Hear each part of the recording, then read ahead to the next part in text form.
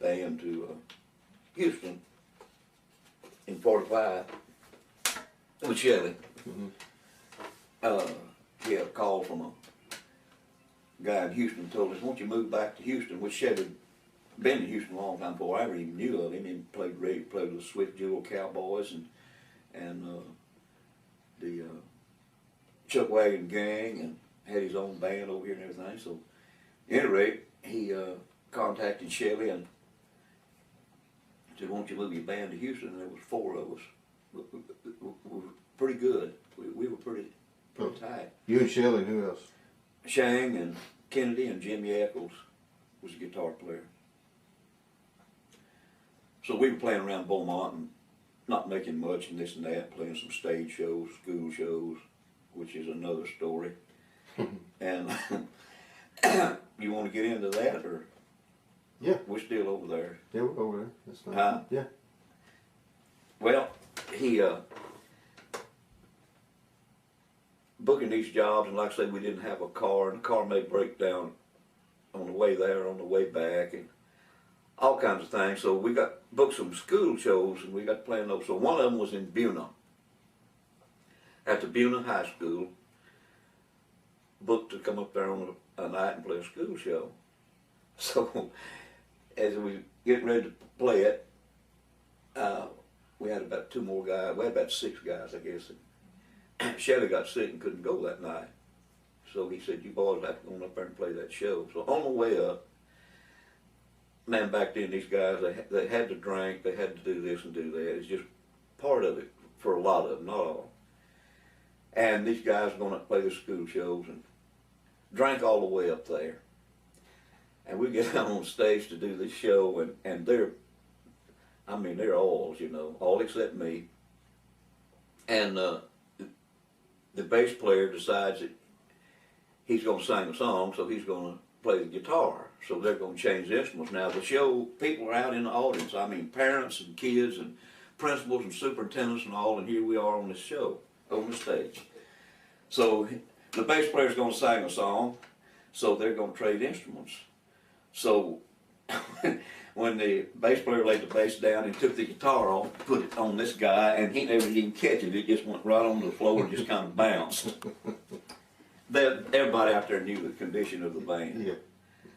When we got through, of course, these are all grown guys, and one of the guys in the band, he's done made a pass at one of the high school girls, and at any rate, the sheriff escorted us out of town. And don't ever come back. So when I got home that night, well, Shelley, like I say, had been sick, and him and Mom was home, and when I walked in, well, he was laying in the bed. He said, well, how'd the show go tonight? I said, well, other than the sheriff escorting us out of town and telling us never to come back, it went well. What? Oh, I told him what happened, and that was the first of many. Now, again, you know, it's hard for people to imagine they hadn't been there, but this is during World War II. Yeah. You can't get tires. Yeah. Old cars are breaking down. One job I remember, y'all showed up in the back of a cattle truck. Yeah. How did that happen? Well, that's another one Shelley didn't get to go to, partly of him. There's a place in Iowa, Louisiana, which is about 12 miles the other side of Lake Charles on old Highway 90. Of course, that was the only highway then. And we booked a July the 4th job over there. We had played there before, but Shelley booked us back for July the 4th. Well, then you worked on the door. 80% of what come through the front door is $1 a person, or 75%, whatever the hall would give you. So we were booked in Iowa, Louisiana on July the 4th. And the tires we had on this old car, we'd go down to the cab stand and buy tires that come off taxi cabs, because they had priority, they could buy tires. And we had different size tires on every wheel and everything. So Shelley and the steel player named Ted Hardy had went together and bought a '38 Pontiac. Shelley didn't drive, and I didn't either. And so they went together and paid down on this Pontiac. They was going to use it for a band car. Steel player name was Ted Hardy. And we were going to play in Iowa, Louisiana on July the 4th. Well, Shelley couldn't go. He done got down with something. So we leave Beaumont heading for Iowa, Louisiana, which was about it's 65, about 70 miles, I guess. Just before we get into Orange, well, the tire blows out. Well, that was bad enough. That slowed us down, so we pulled over and put the spare on and threw the one that had blown out in the trunk. Well, that detains us a little bit. Well, we go through Orange after the tire blowed out, and we got out of Orange a ways, and the car goes to running hot. So we had to pull off the road. There wasn't service stations around like now. Pulled off the road, and we just went across a little bayou, and we had to have some water in that radiator. Mm-hmm.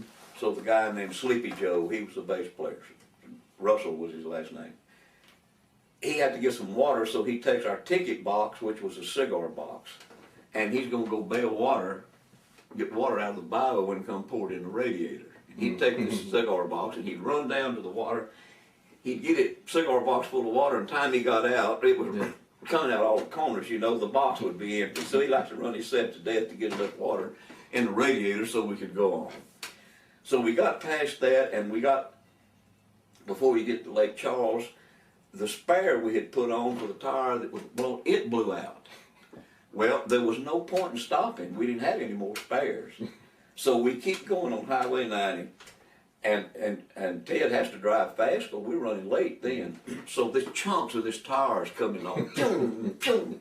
He just flying, you know, big old chunks of tire going off. And he just kept right on going. And I don't know how fast he's driving, but pretty fast. So after a long time, man, that rim, nothing but the rim on the concrete, and it got hot. And I guess it just melted the lug bolts off of there. And the whole wheel came off, which was the rim, while he's going about 50 miles an hour, I guess. And I looked, and there was a guy out there with a weed hook cutting his yard, and he looked, and here comes this rim. And he didn't know whether to run, so he just stayed still. And I mean, that rim was hitting the ground like that, heading right on it, just made him a circle and fell down. Well, we didn't have a spare, but we needed a wheel. Sleepy Joe runs up there to pick it up. Ah, like to burn his hands off. So our only thing then was to put on the blowed out spare, which was in the trunk. We take the wheel that had blown out and put it on there. Well, by then, man, it's almost time to start. We take off then. We done got through Lake Charles, had about 10 more miles to go. And big chunks of that one went to coming off, of course. And then we're down to the rim again, and I look back there, and we're on fire. I guess it caught the brake fluid or something. They take my new sport coat and go back out there and fan this fire out. Well, it's done time to start then. So I get out on the road with my mandolin, and here comes the car. They said, well, you go on and get to the hall and see if the guy will come back and get us. Well, it's done time to start. It's 9 o'clock at night. So a guy stops and picks me up, and when I get to the place where we're going to play, people are leaving. Mm-hmm. So the guy that owns the place, where's the band? Where's the band? And I said, well, I'm afraid we broke down there. He said, well, hop in the car and let's go get them. So we get in his car to go down there and get the band. And about halfway there, the cattle truck comes by, and Shane and them stand up in it waving, and we're like this. We started about 10:30, and the crowd had done almost all left, and we were working on the commission thing. When the dance was over, we got no way home, no way to Beaumont. So we get out on the road, bass, fiddle, PA, all the stuff, and we have to catch a bus from Iowa to Lake Charles and go in the bus station and get on another bus to get to Beaumont. We was all night long, you know, getting home. When I go in the next morning, she says, well, how'd it go? And where's the car? I said, it's in the other side of Lake Charles, Louisiana. What's it doing over there? I said, well, it's nothing. It's just sitting.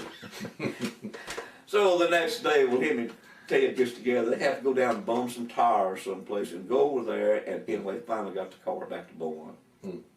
That's just one of many experiences with him. But you're young and having fun. Oh yeah, it was funny, you know. Yeah. But now you mentioned Shane. That's Shane Kennedy. Yeah. Now how did you get the name Shane?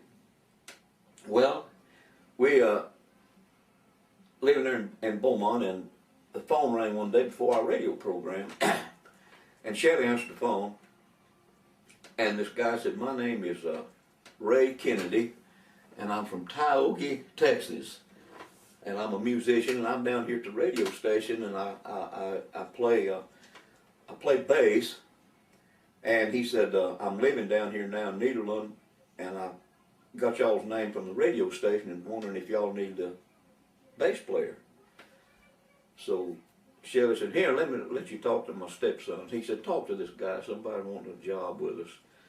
So I got on the phone with him and went to quizzing him to see what his knowledge was. He said, well, my bass is not down here yet. He said, I have an aluminum bass. And I said, aluminum bass? But he said, I could play piano for y'all until he said, I play rhythm on the piano, and I could play that until my bass gets here. And I said, well, we got a radio program down there at 4. Won't you meet us down there and we'll talk? Okay, so we got down there. Well, in walked Ray Kennedy. Mm-hmm. Had a dress hat on, looked kind of like Humphrey Bogart hat. And he comes in, so we played a radio program, and he played real heavy rhythm on piano. He couldn't play no lead, but he played a real good heavy rhythm on piano. And he said, I can do this till I get my bass down here. So that night we was going to play at the Kentucky Club in Port Arthur. His name was Ray Lee Kennedy. And Shelley was terrible with names. Mm-hmm. He could not remember people's names, including my mother. Well, that was earlier in this story. Couldn't remember names. He was introduced to a man one time in Dallas. We introduced this fella as his name was Potspittle. Mm-hmm. And he said, I'm glad to meet you, Mr. Piss Bottle. As an example of his memory of names. Anyway, we played in the Kentucky Club, and we didn't wear uniforms or anything. Everybody kind of dressed with a necktie. So Ray's at the piano with his hat over one eye like that. So Chevy didn't like him with that hat on. And he said, would you tell Shag Nasty over at the piano to take that dang hat off? And he said, looks like Shanghai Lil or somebody. So that's how the name Shanghai. And then I shortened it to Shang. And Shang went on in his career and had a good career and played with everybody. And not many people know his name was Ray. It ended up that. Shang. Everybody knew about Shang. Everybody called him Shang. That's but Shelley's one that. Well, we'll tell some Kennedy brother stories later with him and his brother Jack. Oh yeah. Their characters. Now, you're now in Houston now. Daddy's brought the band to Houston. Yeah. And the guy's gonna pick y'all up at the train station. Yeah. Yeah, this guy called and he said, if you bring the band over here, he said, I'll have a place for y'all to stay and a place for y'all to play when you get here. Well, this is 1945. So, man, as far as I know, this guy's a big-time Colonel Tom Parker or somebody, you know. I didn't know him. So, the 4 of us go down and we get a train. He said, I'll meet y'all at Southern Pacific Depot in Houston when you get here. I'll be there waiting on you. Take you out to where you can get you a room, and then we'll go on from there and where you're going to play. Okay, man, I was tickled about it. So we leave my mother, and you had just been born. You were just a few months old in Beaumont, and we we're going to go to Houston and get everything set up. So me and Shane Kennedy and Shelley and Jimmy Eccles go down to the train, SP train there in Beaumont. We got an aluminum bass. We got a little Bogan PA set, and built in with 2 speakers and a little bitty amplifier about the size of a railroad watch for my mandolin and his fiddle. We got on the train, and man, we got between the cars, and me and him had played all the way to Houston. Well, when we got to SP Depot about 10 o'clock at night, our new manager wasn't even there. And I didn't know him anyway. She said, well, I wonder where Jimmy's at. He's supposed to meet us here, so he's all over the depot. Well, he's not here. Something must have happened. He said, well, I've got his address here, so we'll get a cab and go out to where he lives. Maybe it's just late, and he'll show us where we're going to stay and where we're going to play. So we get a cab. I knew nothing about Houston, but he knew Houston pretty well. Shelley did. So we get out to this guy's house, and when we got out there, they're evicting him. The landlord has done set our new manager's suitcase and everything out on the front porch for not paying rent, and evicted our manager. Well, that's the end of our manager over here. When you see that, so she says, well, we just have to book our own self. Mm-hmm. So we went down on Main Street, right with the M&M building then, and we get us 2 rooms in a hotel. I mean, it was plush, to say the least. Had 1 restroom for the this small hotel. It was downstairs, partly upstairs. The partitions did not go all the way to the ceiling. There was about a 4-foot gap between rooms from the top of the partition to the ceiling, and me and Shane kind of had fun with that.